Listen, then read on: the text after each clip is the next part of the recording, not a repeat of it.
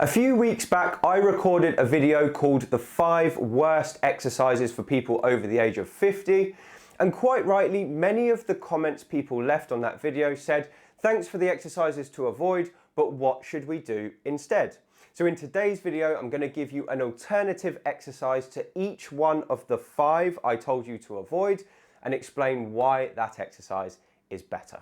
If you don't know who I am, my name is Harlow. I'm the Over-Fifties specialist physio here at HT Physio in Farnham. And today we're going to be looking at 5 alternative exercises from the ones to avoid. Now, the first thing I need to tell you is these exercises are not going to be suitable for everyone. If they cause you pain, make sure you avoid them. If you're not sure, get checked out by your doctor first. It's good to do these under supervision the first time. And if there's any reason why you shouldn't be doing them, make sure you don't do them. Let's have a look at the exercises now. So in my last video, the first exercise I told you to avoid is the upright row because it impinges the shoulder. Now, the upright row does undoubtedly still strengthen the shoulder, so if you're going to avoid it, we need something that's going to strengthen both your deltoids and your rotator cuff. So for this exercise, I'm going to show you how to do something called the lateral raise. And this is a fantastic substitute for the upright row. And to make it work, you either need some resistance bands or some dumbbells. Now, contrary to what many people put in the comments, I do think over 50s should be lifting weights. I think they should be using dumbbells and barbells and resistance. I think it's a great thing. So I'm going to show you this exercise with some dumbbells.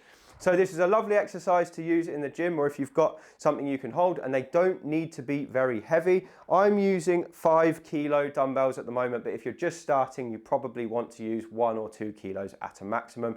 The lateral raise looks like this. You stand with good posture, and what you're going to do is you're just going to lift your arms out to the sides, just to about shoulder height, maybe a touch above, and then slowly come back down like this. So we're going up, and the bit we're trying to raise up is our elbows, okay? You can see here that my elbows are about the same height there as my wrists. Now, it's important with the lateral raise that we don't squeeze the neck up like that. We want the neck to stay relaxed, and the movement and action should be happening at the shoulders.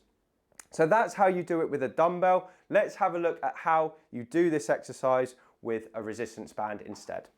So to do this exercise with a resistance band, you want a nice long length. It doesn't have to be that strong, and you're just going to drape it onto the floor and stand on the middle of it like this. So you're going to stand up tall, and again, we're just going to raise up, trying to lift the elbows just slightly above the shoulders if we can. Now, there are some benefits to using a resistance band instead of dumbbells, and one of the benefits is you get a constant tension throughout, whereas with the dumbbells, because of the effects of gravity, there will be some parts of the movement that don't have quite as much resistance as others, like down here.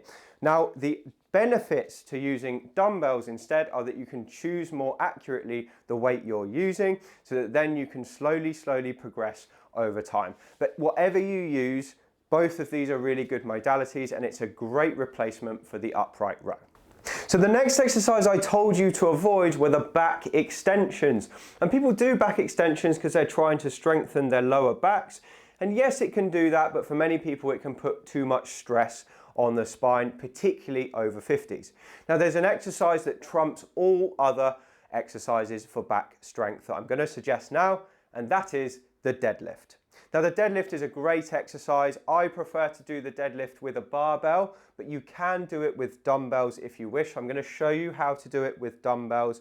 Again, with this exercise, the weight that you use is going to be different for everyone. Some people won't be able to lift too much, others will be able to lift a huge amount, but start off light and work your way up.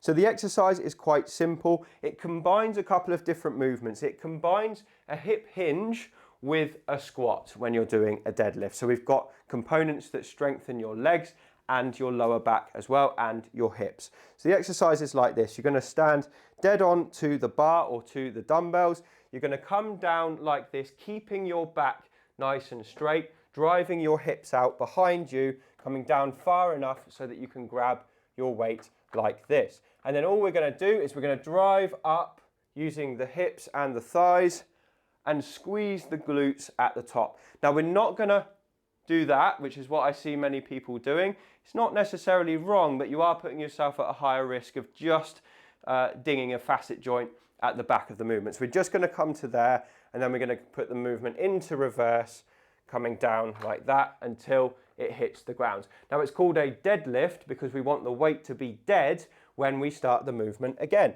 So we let the weight rest, and then again we drive up, squeeze at the top, and then back down like this.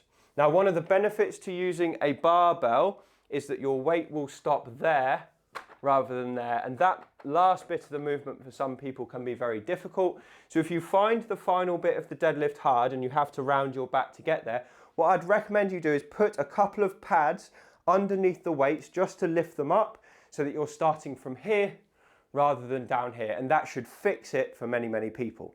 Now, contrary to popular belief, the deadlift is a safe exercise as long as you're doing it correctly and you're not using too much weight. So if you see people stacking loads of weights on it at the gym, that might be okay for them, but it doesn't mean it's okay for you. You have to work your way up slowly, otherwise you will suffer an injury. But this is a great strengthening exercise for the whole posterior chain. It strengthens your hamstrings and your quads, your hamstrings, your glutes, your lower back. Everything gets a bit stronger when you're doing the deadlift. So it's a great compound exercise to replace the back extensions. So the next exercise I told people to avoid was the behind the neck press, which is where you have a bar behind your neck. It forces the shoulders into a funny position and it can make it a dangerous movement for many people. But the behind the neck press, it does strengthen your deltoids and your rotator cuff, and it also strengthens your triceps. So we want to find a movement that replaces the strengthening in those muscles. Now it's very simple to replace the behind the neck press. We just replace it with an in front of the neck press or a military press. Now you can do this exercise either with a bar or dumbbells. I'm going to show you with dumbbells because that's what I've got here today. So what we're going to do is we're going to start off with the bar or the dumbbells resting at about chest level, just in front of the body like this. And the movement is simple. The first thing we're actually going to do is just squeeze the buttocks together just for safety of the lower back. When we've got the buttocks squeezed, the lower back is supported. And then we're going to keep our chin tucked in and lift that weight overhead, trying to just bring the dumbbells together if you're using dumbbells, or keeping it up like that if you're using a bar, and then slowly dropping it back down, keeping your chin tucked in until it just gets to that height of your chest. And again, squeeze the bum, lift up and in, and then slowly back down just to chest height like that. And as with all of these strengthening exercises, you're going to work between sets of 6 in a row all the way up to potentially 20 in a row a few times a day, and then slowly increase the weight that you're lifting over time for best results. The next exercise I told you to avoid was the neck rolls, because people do these to loosen up a stiff neck, but it grinds the facet joints together and just isn't particularly helpful. There's a much simpler way of loosening your neck, and that is to do the 6 pure neck movements in a row, which will help you loosen up a stiff neck without impacting the facet joints.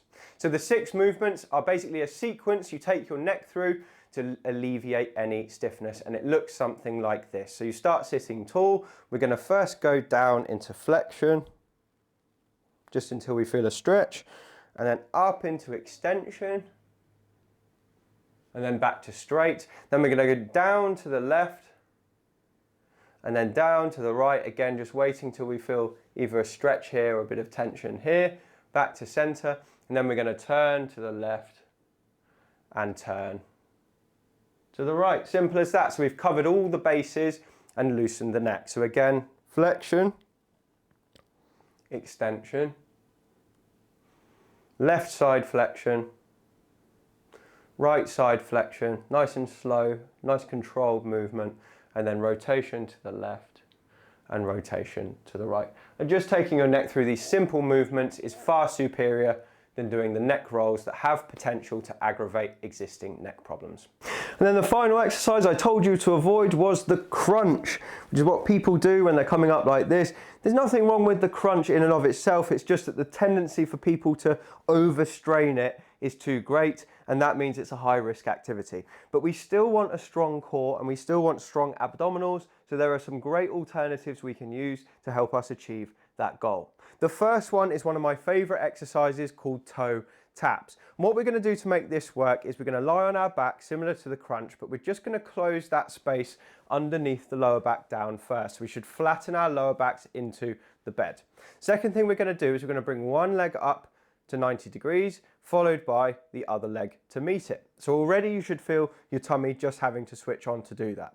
Now the simplest form of this exercise is to do what we call a toe tap. So we just drop the leg down, touch the toe on the bed and bring it back up again, and then do it with the other one. So we're dropping down, touching the toe and bringing it back up. So this is a really nice core exercise. You'll feel this area working. Some people might start to shake. That's actually a good sign. It means you're working it hard enough to challenge it. But if you find this too easy, you can make it a bit harder. Instead of touching the toes, you can straighten the leg out, trying to maintain that flattened position of the lower back and bring it in. This is just a touch harder than what we did because the lever is longer. So we can do that for a set to fatigue until our tummy gets tired. If you want to take it a step higher to make it harder, you can put both out at the same time, keeping that tummy contraction, then bringing it back in and out, keeping it flat. Whenever you start to feel your back lift up, that means you've done enough, by the way. That means that your back is too fatigued for you to continue.